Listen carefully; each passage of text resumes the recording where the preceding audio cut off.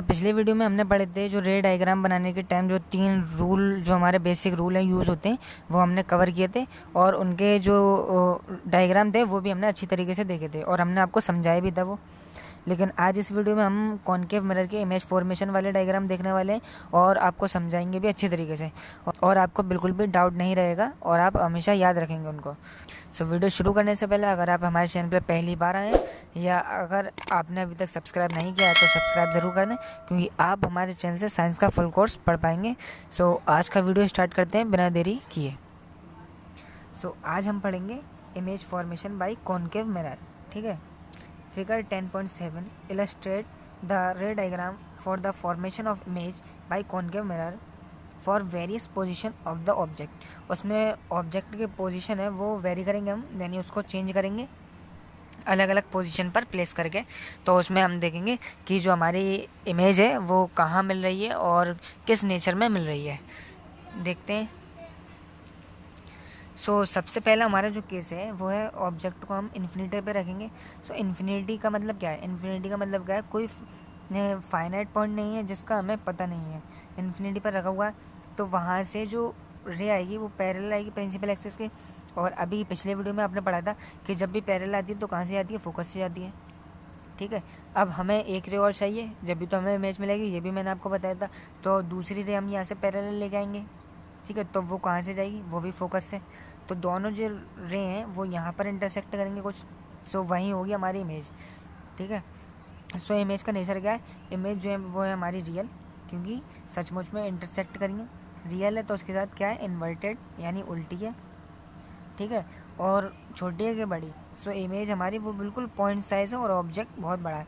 यहाँ लिखेंगे point size. ठीक है। और दूसरी बात कि हमारी इमेज है वो कहाँ पर मिली है, यानी position of the image. Image कहाँ पर? हमारी एट फोकस, एट एफ लिख सकते हैं आप खाली।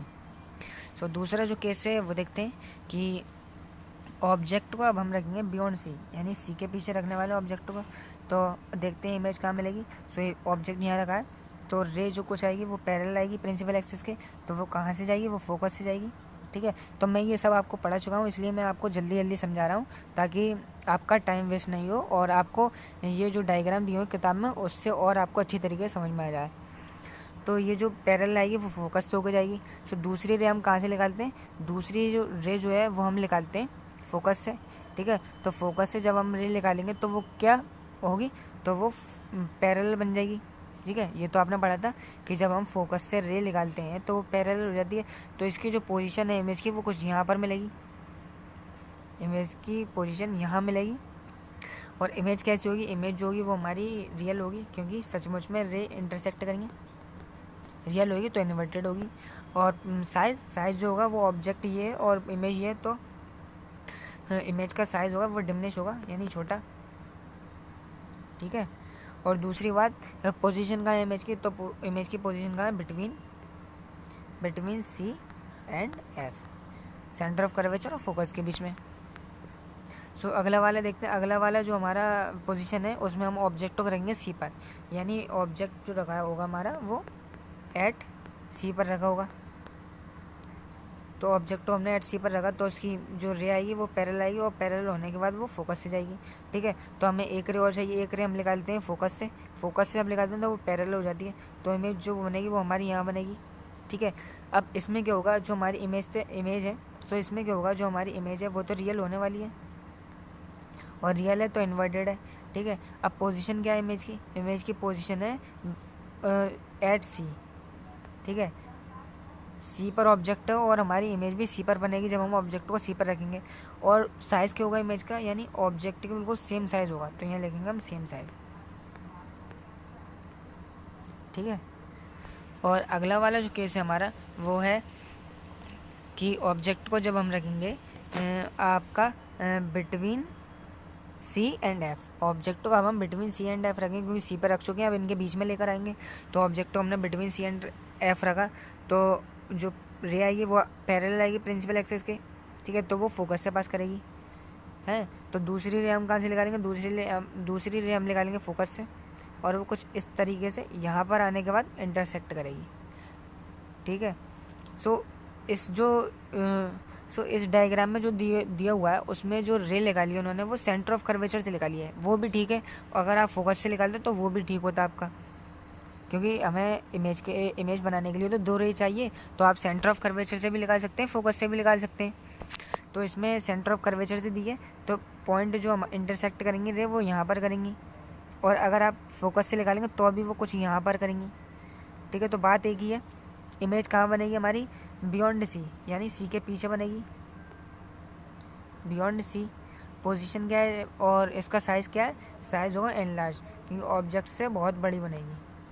ठीक है, और दूसरी बात कि रियल है या वर्चुअल है, तो रे जो है वो सच में मीट करेंगे तो हमारी इमेज कैसी है? रियल। और रियल है जब भी तो इन्वर्टेड। सो अगली कंडीशन है उसमें हम ऑब्जेक्ट को रखेंगे एफ पर। सो इससे पहले वाले में हमने रखा था सी और एफ के बीच में, अब ऑब्जेक्ट को और पास लेकर आएंगे तो एफ पर रख देंगे हम। तो जब ऑब्जेक्ट की रे आएगी वो पैरेलल आएगी, और पैरेलल होने के बाद वो फोकस से पास करेगी। अब आपको ये जो अगला हमारा जो केस है ये वाला, तो इसमें आपको एक बात ध्यान रखनी है कि एक रे तो हमने पैरेलल निकाली प्रिंसिपल एक्सिस के, तो वो फोकस से पास करी। अब ऑब्जेक्ट जो रखा है हमारा फोकस पे रखा, तो दूसरी रे हम फोकस से तो निकाल नहीं सकते। ठीक है, क्योंकि अभी तक हमने फोकस से निकाली थी रे, अब हम फोकस से तो निकाल नहीं सकते। तो इसमें हमारा जो तीसरा वाला रूल था वो काम आने वाला है। वो क्या था कि अगर रे सेंटर ऑफ कर्वेचर से आ रही है तो उसी रास्ते को सेम रास्ते से रिट्रेस कर जाएगी, यानी उसी रास्ते से लौट जाएगी। तीसरा रूल हमारा ये था। तो ये हमारी कुछ इस तरीके से आई थी, और सेंटर ऑफ कर्वेचर जब रे हम निकालेंगे तो वो उसी रास्ते से बिल्कुल पैरेलल जाएगी, तो वो उसी रास्ते से बिल्कुल पैरेलल जाने वाली है। तो ये रे कहाँ पर मीट करेंगी? तो पैरेलल रे जो होती हैं वो हमारी इन्फिनिटी पर मीट करती हैं साइंस के कॉन्सेप्ट के मुताबिक। जो हमारा साइंस कहता है कि पैरेलल रे होती है हमारी, वो एक ऐसा पॉइंट आता है वो वहाँ पर मीट कर जाती हैं, और उस पॉइंट का नाम है इन्फिनिटी। ठीक है, अब वो तो हमें मानना पड़ेगा। तो इसमें क्या होगा? पोजीशन क्या है इमेज की हमारी? At infinity. तो यहाँ पर लिखा भी है एट इन्फिनिटी। ठीक है, साइज़ क्या है? तो जो हमारा ऑब्जेक्ट है वो ये है, और ये इन्फिनिटी पर जाकर बनेगी। तो इन्फिनिटी मान लो ये आपकी प्रिंसिपल एक्सिस है, और इन्फिनिटी मान लो बहुत दूर कहीं जाकर ये रे यहाँ पर इंटरसेक्ट करी, तो इमेज जो बनेगी वो हमारी इतनी बड़ी बनेगी, और ऑब्जेक्ट कहाँ हमारा इतना सा। ठीक है, तो जो इमेज बनी है हमारी वो कैसी बनी? हाईली एनलार्ज, बहुत बड़ी, हाईली एनलार्ज। सो इमेज जो बनी वो हमारी बहुत बड़ी बनी है। ठीक है, अब आखिरी बात कि इमेज की जो नेचर है, यानी रियल है या वर्चुअल है। सो अब ये पैरेलल है वो इन्फिनिटी पर मीट करेंगी कॉन्सेप्ट के मुताबिक, तो ये मीट करेंगी तो रियल में मीट करेंगे, इसको हम तो मीट करवाएंगे नहीं। तो इमेज जो है वो है हमारी रियल, और रियल है तो इन्वर्टेड है। ठीक है, अब अगला वाला जो केस है बहुत ही इंपॉर्टेंट है, जो एग्ज़ाम में आता है। ये तो आप लिख के ले लीजिए कि एग्ज़ाम में ये आता ही आता है। ये जो आपका अगला वाला केस है, और बहुत ही इजी भी है, इतना कठिन भी नहीं है, इतना डिफ़िकल्ट भी नहीं है, इजी है, जो कि आपको बहुत अच्छे से समझ में आ जाएगा। सो अभी तक हम क्या कर रहे थे कि ऑब्जेक्ट को हम इन्फिनिटी पर रख रहे थे, फिर हमने बियॉन्ड सी रखा, फिर सी पर लेकर आए, फिर सी एफ के बीच में लेकर आए, फिर एफ पर लिया। अब हम क्या करेंगे? पोल और फोकस के बीच में रखेंगे, यानी एफ और पी के बीच में ऑब्जेक्ट को रखेंगे। तो एफ और पी के बीच में ये जो ऑब्जेक्ट रखा हुआ है बी, ठीक है, ये आपको दिख रहा है, ये ऑब्जेक्ट रखा है बी पोल और फोकस के बीच में। तो इसकी रे कुछ आएगी, वो पैरेलल आएगी प्रिंसिपल एक्सिस के, और वो कहाँ से जाएगी? वो जाएगी हमारे फोकस से। ठीक है, अब दूसरी रे हम फोकस से तो निकाल नहीं सकते, तो हम क्या करेंगे? हम लेकर आएंगे सेंटर ऑफ कर्वेचर से लेकर आएंगे दूसरी रे। ठीक है, तो ये कुछ इस तरीके से यहाँ जाएगी। तो अब क्या होगा कि रे जो है वो डाइवर्स होंगी, यानी ये इधर आएगी और ये जो रे है वो इस तरीके से जाएगी। अब ये रे कहाँ पर मीट करेंगी, और क्या सच में ये रे जो है मीट करेंगी? तो इस कंडीशन में क्या होगा? रे जो है वो हमारी मीट नहीं करेंगी, क्योंकि इन्फिनिटी तो हमारी एक हद थी जहाँ पर रे मीट करती हैं एट इन्फिनिटी। लेकिन इसमें क्या होगा? हमारी रे डाइवर्ज हो रही हैं, यानी दूर भाग रही हैं एक दूसरे से। ठीक है, दोनों रे एक दूसरे से दूर भाग रही हैं, तो ये कभी मीट करेंगी क्या? आप खुद सोचिए और बताइए कि जब दो चीज़ें दूर भाग रही हैं एक दूसरे से, तो फिर क्या वो मीट करेंगी? नहीं करेंगी ऑब्वियसली। तो होगा क्या? ये जो रे हैं वो कभी मीट नहीं करेंगे आपस में। तो अब क्या करेंगे हम, अब हमें इमेज तो चाहिए क्योंकि रे को मीट कराना है, तो हम क्या करेंगे, इनको पीछे ले जाएंगे रे को, ठीक है। तो इसकी जो रे थी वो कुछ इस तरीके से जाएगी और जो हमारी फोकस वाली रे है वो कुछ इस तरीके से, और ये इस पॉइंट पर इंटरसेक्ट कर जाएंगे पीछे से, तो यही होगी हमारी इमेज, ठीक है। मैं दिखाता हूँ, ये जो फोकस वाली आपकी रे थी इस तरीके से, और ये सेंटर ऑफ कर्वेचर वाली रे, तो ये जो रे है वो एक इस पॉइंट पर आकर इंटरसेक्ट करी, तो यही होगी हमारी इमेज, ठीक है। आपको क्लियर हो चुका होगा। लेकिन हमने जो आपको बताया, हमने बताया कि रे पैरेलल आएगी तो फोकस से जाएगी, लेकिन इन्होंने क्या किया है, इन्होंने जो रे है वो पोल पर रिफ्लेक्ट कराई, तो ये कुछ इस तरीके से गई, और दूसरी रे सेंटर ऑफ कर्वेचर से लाए तो ये इस तरीके से। तो आप इस तरीके से भी कर सकते हैं, ये भी हमारा कॉन्सेप्ट बिल्कुल सही है, गलत नहीं है। ज़रूरी नहीं है आप जो मैंने बताया उसी तरीके से करें, आप इस तरीके से भी कर सकते हैं। तो उसमें भी यही होगा कि ये जो रे है वो इस तरीके से जाएगी, ये इस तरीके से, तो दोनों रे जो है वो डाइवर्ज होंगी, यानी एक दूसरे से अलग भागेंगी, और इस कंडीशन में भी रे जो है मीट नहीं करेंगी। तो जो हमारी इमेज बनेगी इस बार कैसी बनेगी, इमेज जो बनेगी वो बनेगी वर्चुअल, क्योंकि रे जो है एक्चुअल में मीट नहीं करी, हमने उनको करवाया है, ठीक है। और वर्चुअल होंगी तब भी, तो उसके साथ क्या होता है, इरेक्ट। अब पोजीशन देखना हमें कि इमेज की पोजीशन कहाँ पर है। सो इमेज की जो पोजीशन है वो कहाँ है, behind the mirror, behind the mirror. Image की जो पोजीशन है वो बिहाइंड मिरर है। और अब देखना है हमें साइज़ ऑफ इमेज, कि इमेज का साइज़ ऑब्जेक्ट से छोटा है या बड़ा है। तो साइज़ देखिए, ये हमारा ऑब्जेक्ट है, ये कुछ इतना छोटा, और इमेज जो बनेगी वो हमारी कहीं यहाँ जाकर रे इंटरसेक्ट करेंगी, और इमेज जो बनेगी वो यहाँ पर आकर बनेगी। तो ये कैसी है, एनलार्ज है, यानी बड़ी है, ऑब्जेक्ट से बड़ी है, ठीक है। सो तीनों पॉइंट आपको क्लियर हो चुके होंगे, और जितने भी रे डायग्राम थे कॉनकेव मिरर के वो मैंने आपको बनवा दिए हैं। सो अब देख लेते हैं हम यूजेस ऑफ कॉनकेव मिरर, यानी अब इसके यूजेस पढ़ना है कि इनका यूज़ कहाँ पर होता है और क्यों होता है।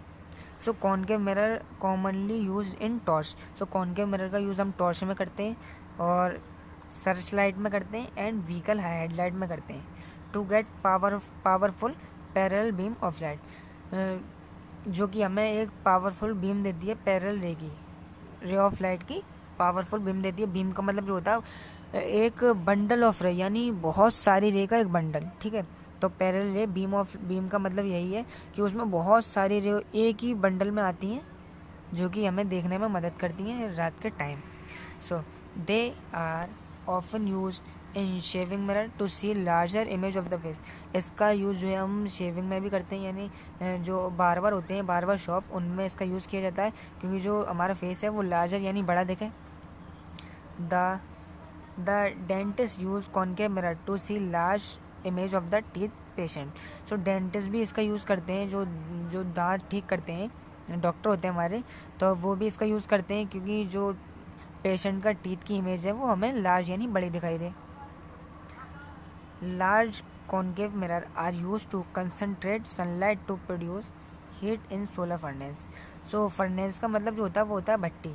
सो लार्ज जो बड़ा कॉनकेव मिरर होता है उसको हम सनलाइट प्रोड्यूस करने के लिए यूज़ करते हैं सोलर फर्नेस में, यानी जो सोलर फर्नेस होता है वो हमारी भट्टी होती है, उसमें इसका यूज़ करते हैं, ठीक है। तो इस वीडियो में हमने कॉनकेव मिरर का सब कुछ डिस्कस कर लिया है, और कॉनकेव मिरर में अब कुछ नहीं बचा पढ़ने के लिए, जो कि एग्ज़ाम में बिल्कुल हट के आए। तो जो कुछ आपने अभी तक पढ़ा एग्ज़ाम में इन्हीं में से आएगा, कुछ अलग नहीं आएगा। सो जितना मैंने अभी आपको पढ़ाया बस उतना आप रेडी कर लीजिए, और आपके लिए बहुत इतना काफ़ी है। सो अगली वीडियो में हम पढ़ेंगे image formation by convex mirror. So आज की वीडियो में बस इतना ही।